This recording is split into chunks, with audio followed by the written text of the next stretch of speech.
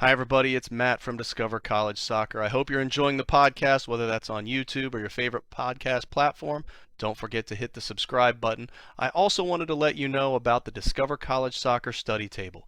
This is our brand new online portal that is complete with a 14-part online course giving you all of the ins and outs of the college soccer recruiting process. There's also a wealth of resources such as checklists, templates. There's the spreadsheets that have every soccer program in the country, along with their coaches, their contact information, their social media information, some basic stats about the school, and more. Plus, there's an online community where you can ask your questions, share your wins, your losses, any questions that you may have around the college soccer recruiting process. It's all there at the Discover College Soccer study table that you can find at discovercollegesoccer.com/study table, and hopefully we will see you there. Hi, everybody. Welcome to Discover College Soccer. Today, I'm lucky enough to be joined by Coach Sean from Jacksonville State in Alabama, not Florida. Welcome, Coach. Thanks for having me on, Matt. It's a pleasure. Yeah, thanks for being here. Being the Florida guy I am, if I say Jacksonville, I got to make sure everybody understands we're talking about Alabama, not Florida. But congrats on a good season. I know you're probably. I bet last weekend you were trying to decide whether you were going to be in California, North Carolina, or Tennessee, right? In terms of this recruiting fall crazy season, are you and your staff just scattered all about, or how's that work for you? Yeah, it's obviously, like college athletics, I think over the last couple of years has kind of taken on different pathways, with the portal has kind of had different rules every year. Obviously we've got COVID, seniors that still have the extra eligibility after graduation as well. Obviously, and then you've got, for me, like I'm in the first year here, so trying to obviously build a program as well. So certainly a lot of moving parts. So it's, but that's the way we like it, though. Yeah, I bet. Well, in terms of, kind of resetting the program, right? I mean, you're coming over, I believe, from Louisiana, Monroe, if I'm not mistaken, That's right. and trying to build that.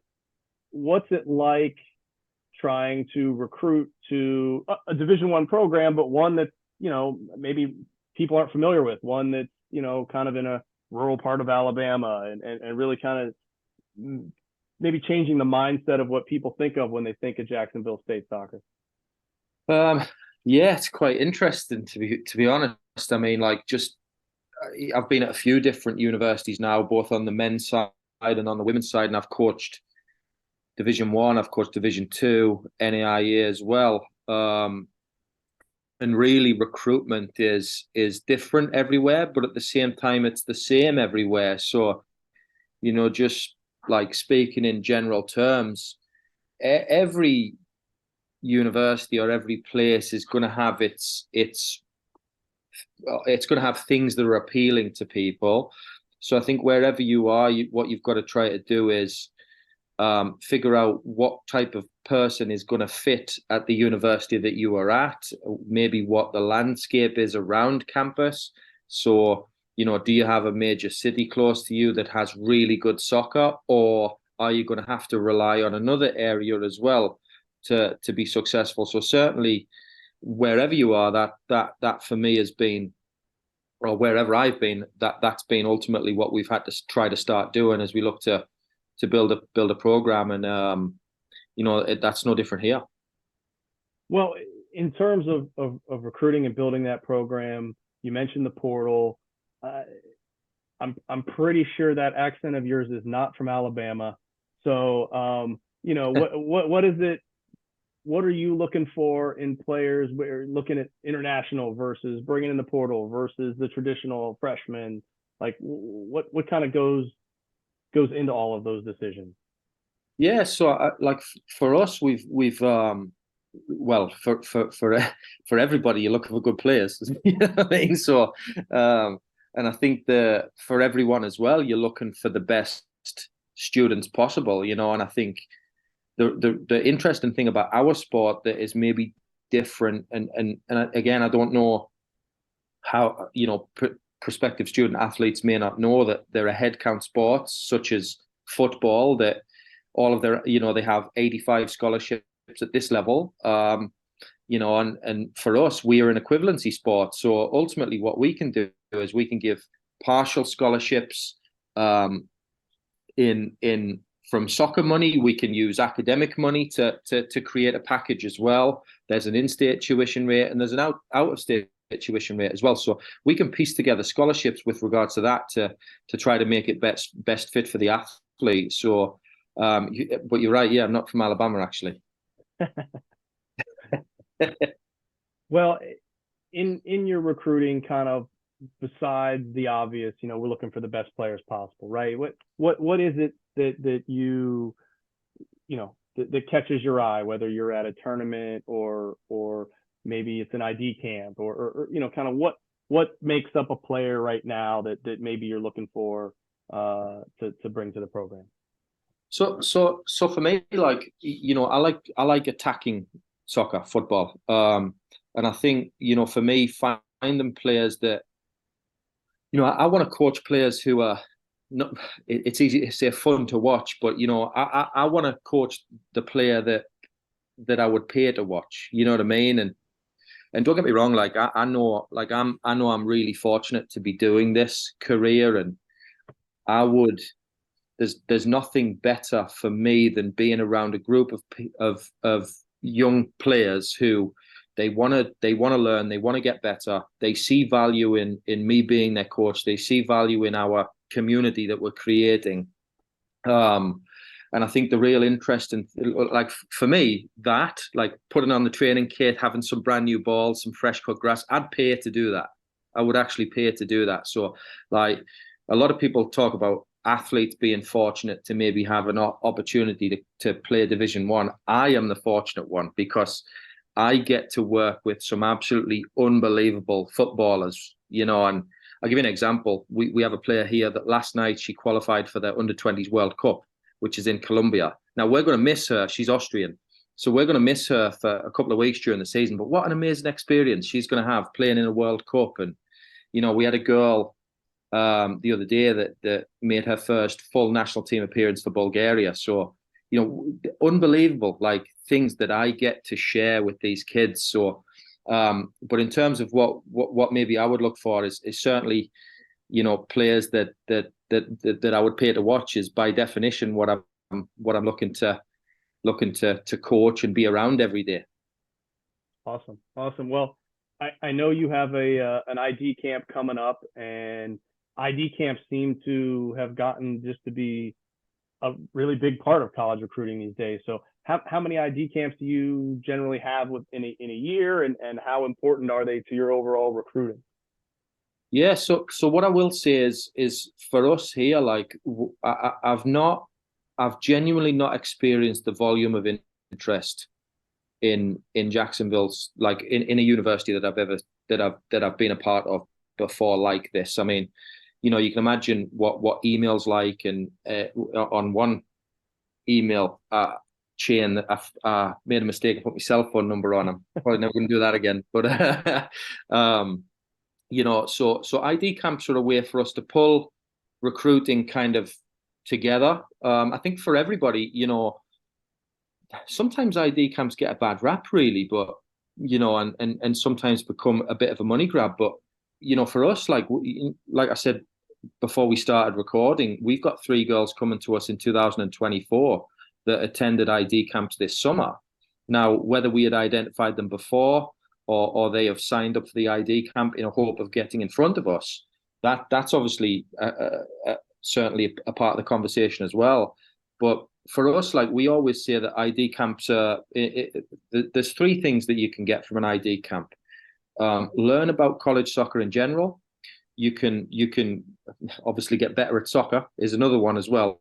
And then certainly as well, if you're interested in Jacksonville State, or you're interested in the university's ID camp that you're going to, are you learning something about whether it's college recruiting in general, but are you learning if that school is a fit for you? So there's really 3 things there that I think add value in the ID camp process, which for me, for anybody, when people ask me about ID camps, as long as that ID camp falls in into the realm of, well, this is maybe a school that I would go to, or this is a coach that I want to work with that can train me to be better. Maybe I can learn something from. There's massive value in them. Yeah, I couldn't agree more. Well, let's talk a little bit more about the school. I'm sure there's folks out there not familiar with Jacksonville State, and that there's a Jacksonville in Alabama, right? So you're just wrapped up your first season. You're somewhat new, but what kind of pulled you in to the school? What are some things you've learned about the school that you find are really awesome, and maybe some things we wouldn't even know just by going through the website? Yes, I mean, again, a great opportunity for me to coach the players that I want to coach, and be a part of, certainly a part of an athletic department with a winning culture. I think what's happening with our football team at the moment with Coach Rich Rod over there and his staff, is amazing. The first year in FBS football where they've managed to make a bowl game, and honestly, what they're doing is amazing. And I think 2 years ago, our men's basketball team were at March Madness. Our softball team are just unbelievable. We've got our bowling team has taken off as well. So to be a part of a winning culture, to be a part of a place that is progressive, to be a part of a place that really has the student athlete's best interests in mind, has been absolutely, from my perspective, an absolute pleasure. And some of the people here that I'm working with are just unbelievable people. So, again, like I said, I mean, I'm the fortunate one here. You just got to be careful not to say that part about you would pay to do it and let your athletic director overhear you, because you don't want to give them any ideas. Yeah. Well, it's not just soccer, right? There's student athletes going to get their degrees, and sometimes that can be challenging, especially for a high school student, really, really figuring out the balance of the demands, and in your case of a Division I sport, and the academic side of things. So how do your student athletes really make sure that they achieve that balance and success on both sides, on the field and off the field? And what kind of support mechanisms does the school provide to help? Yeah, so for us, we have, our athletes have access to our athletic advisors. They also have direct free access to mentors, tutors, success coaching, and any other supplemental instruction that they need individually. So having the ability to kind of customize their experience based on how little or how much help that they want is really an added benefit about being here. We have each coach is responsible for a certain element of our program as well. So one of our coaches is responsible for the academic side, and kind of bringing that closer to the soccer side as well, just in case we need to. We've got girls coming in, for example, that are going to be nurses, and if they need to miss a practice here and there, or if they have to get extra study hours in, we can kind of modify their schedule if we need to. So certainly that kind of bespoke atmosphere, customizable experience here has been what I think is the most valuable part of, or one of the most valuable components about being a student athlete at Jack State. Okay. Well, I mean, let's rewind maybe about a month, maybe 6 to 8 weeks. Let's say you're in the heart of that conference schedule. Can you walk me through what a typical week for one of your players looks like in terms of, winter classes, meals, practice time, game cadence? What should they expect? Yeah, so the schedule for us this year was quite interesting. Obviously, we in September we were quite heavy with games, and we try to really manage. I don't want to say injury prevention's like a word people use a lot of the time, but we really want to manage the players' load, let's say. So in September we were playing 2 games a week, so we kind of gave them the option to well, it was a voluntary workout on a Monday with us, but we would kind of, and it was these are truly voluntary. It's not voluntold. Right. So we spent more time telling girls not to work out on those Mondays, that should probably tell you a little bit about our culture, to be honest. But Tuesday they would be in training, maybe a little bit of a lift. Obviously they'd have classes in the morning, lunch, maybe a break, and then come straight to practice in the afternoon with us. And then probably the same thing Wednesday with a lighter practice. And then Thursday night we would have a game.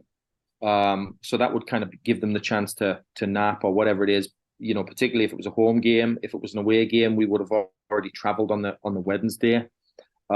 Fridays were our day off this year. And then Saturday we would train and prepare for the game on Sunday. Now in October, it was quite interesting. We actually only had 5 games in October. So we just actually did a study around injuries and what that did for our injuries, and certainly getting players on the field. So we were able to prepare over the course of a week. So what we did was we would have them in lifting on a Monday. We would train and lift on a Tuesday, train and lift on a Wednesday, and then we would give them the Thursday off, and kind of midweek day off allowed us to train a little heavier on the Wednesday. But also, they could be college students, and instead of having to wear practice gear or like t-shirts like this to class, they could actually wear like real clothes. And then Friday we would train and kind of start looking at the opponent. Saturday we would train, and then obviously Sunday we would have the game as well. So that was kind of the schedule for us in October. We only had 1 week where we had the 2 games in 1 week for probably 5 weeks towards the end of the season. So that was quite different, but it's busy. I mean, and certainly, and I know every coach has their maybe slightly different things that they're doing. We have an individual plan for every single player, so they would have individual work around that, around the team session, should I say, well, lifting stuff as well. And then of course video, whether that's individual or with the team. We have some online video component things that we do with players as well, and kind of drop little group messages here and there with clips. So it's pretty intense, but we kind of prepare them for that on the front end. The spring's obviously a little bit different, but still we're working. Okay. Well, let's talk a little bit more about the team and the soccer side of things. So I know you kind of mentioned a little bit earlier, it's a weird time, right, with the COVID year and the transfer portal and all these things, and you're coming on after a first season. But is there a roster size that you're aiming for this coming season that you kind of think is ideal?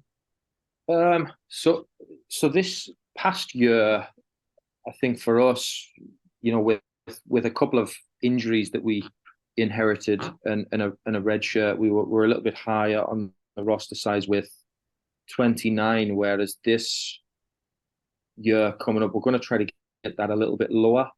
What that kind of pans out to be, I don't know, but we've got 28 lockers in the locker room, so we're gonna try to have a couple of spare ones.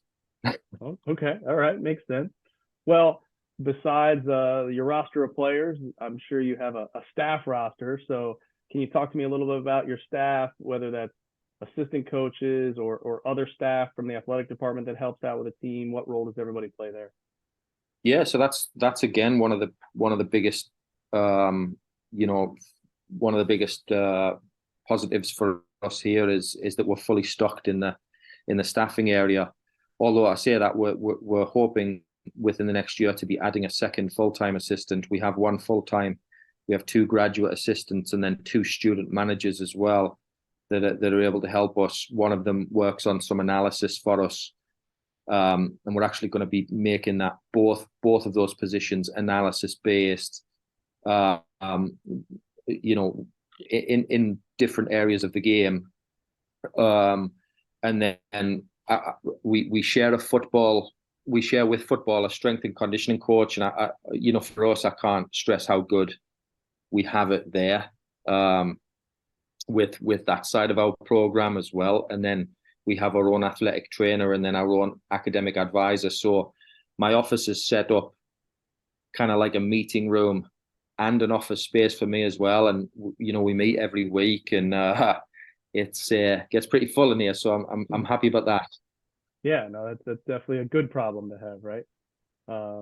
Well, in terms of the off season, you mentioned it a little bit, but what would a player expect to happen, right? I mean, I'm assuming you're not doing a whole lot between now and Christmas, but when they come back for the new year, what would a player expect to kind of be doing in that spring season? Well, I think just, speaking generally about that, I think, now at the college level, they're really, I don't want to say there isn't an off season, because there kind of has to be, because of course the science around rest and fatigue and obviously we've got to allow the student athletes to be students as well, and just students for some critical periods such as finals week and so on and so forth. But I'm sure for most programs there's physical outlines for what the players should be coming back and where they should be physically. I think we're no different. I mean, we do a lot of stuff, with the players around vertical jumps and trap bar deadlifting. So the science around that is what we're interested in, and the players know the numbers that they're supposed to be at. Obviously, we have physical fitness testing with the team every month, so they're aware of what the level required there is as well. But certainly for at this level, and I know one of the brilliant things that I don't think is talked about enough is what the actual three levels of college soccer are all about, and certainly there's different roles and different amounts of training at different levels that people can do, and that should be considered when a student athlete is picking where they are going to go or what level they're going to play. Do you know what I mean? It shouldn't necessarily be that one level is better than the other. It should be about what level of or what kind of level of intensity really you're looking for. I don't mean that to be rude or disrespectful, to be honest, but with us, it's we're allowed 5 dates in the spring, and we're still allowed 20 hours a week for quite an extensive time. So we try to generally use as much of that as possible, and try to help, particularly now with a young team, try to help the team develop and grow as much as we can. Well, I like it. Well, Coach, I really appreciate your time. I like to end these with the same question for everybody, and that is, if you did have one piece of advice, one nugget of information you would hope that every player, parent, family going through the college recruiting process knew, what would that be? Oh, hit me with that one. One piece of advice, I think it is not to get bogged down in somebody else's experience. Everybody's recruiting timeline and everybody's pathway to a college program is going to be different. There's certainly no straight path to college soccer or to gaining a college scholarship. And I don't know if it's a nugget of information, but certainly having a plan with regards to proximity to home, a plan with regards to what academic pathway maybe you want to get into, size of school, what style of play the team wants to play. And if you can find as many filters as possible, you'll probably create a pool of 6 or 7 schools, and then ultimately from there, a little bit of further research might narrow it down to 2 or 3, and then maybe go into ID camps, this, that, and the other, connecting with the coach and stuff like that is maybe what's going to be what's going to help to find the best fits. Yeah, love it. Couldn't agree more. Well, Coach, wish you the best of luck as you continue to build out the program, and really looking forward to see what you guys got up there. All right. Thank you. Hey, appreciate it. And if you come down to Lakewood Ranch for any of the ECNL stuff, give me a shout. We'll get together. All right. We'll be there. Definitely, we'll be there next month. Yeah. All right. Thank see you later. Yeah. Bye. The Discover College Soccer podcast is sponsored by VIO. VIO is the #1 AI camera solution helping players capture college recruitment videos. Check out their new starter and family options by clicking on the link in the description or visit Discover College Soccer to learn more.